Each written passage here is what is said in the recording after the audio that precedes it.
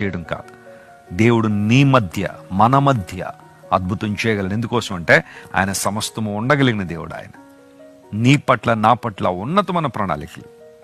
ఇర్మీయా గ్రంథం 29:11 అదేగా చెబుతుంది. దేవుడు మన పట్ల కలిగిన ఉద్దేశాలు గొప్పవి. ఆయనకి తెలిసేట ఆ ఉద్దేశాలు. అవి మనకు సమాధానకరములైనవే కానీ హానికరములు కాదు. దేవుని ప్లాన్ ఎప్పుడు కూడా నీ పట్ల సమాధానాన్ని ఇచ్చేదే కానీ నీకు ఎప్పుడు హామ్ చేసేది కాదు. నీకు మంచి భవిష్యత్తు, రాబో కాలంలో నీకు నిరీక్షణ కలుగు చేయనట్లుగా అవి సమాధానకరమైన ప్రణాళికలను బైబిల్ సెలవిస్తూ ఉంది. దేవుని బిడ్డ, కృంగిపోవద్దు. నీ భవిష్యత్తుని గురించి భయపడద్దు. రేపు ఏమవుద్దో, వచ్చే నెల ఏం జరుగుద్దో, వచ్చే సంవత్సరం ఏమవుద్దో, 10 సంవత్సరాల తర్వాత నా పరిస్థితి ఏంటో అని ఎప్పుడూ కృంగిపోవద్దు. నీ భవిష్యత్తు నీ దేవుని చేతిలో పెట్టు. ఆయన నిన్ను నడిపించేవాడు. నీ భవిష్యత్తు గ్రహాల చేతిలో లేదు, నీ భవిష్యత్తు నక్షత్రాల చేతిలో లేదు, నీ భవిష్యత్తు జ్యోతిష్యుల చేతిలో నీ భవిష్యత్తు లేదు. దేవుని చేతిలో నీ భవిష్యత్తు ఉంది. ఆయనని నడిపించేవాడు, ఆయన నేను బలపరచువాడు.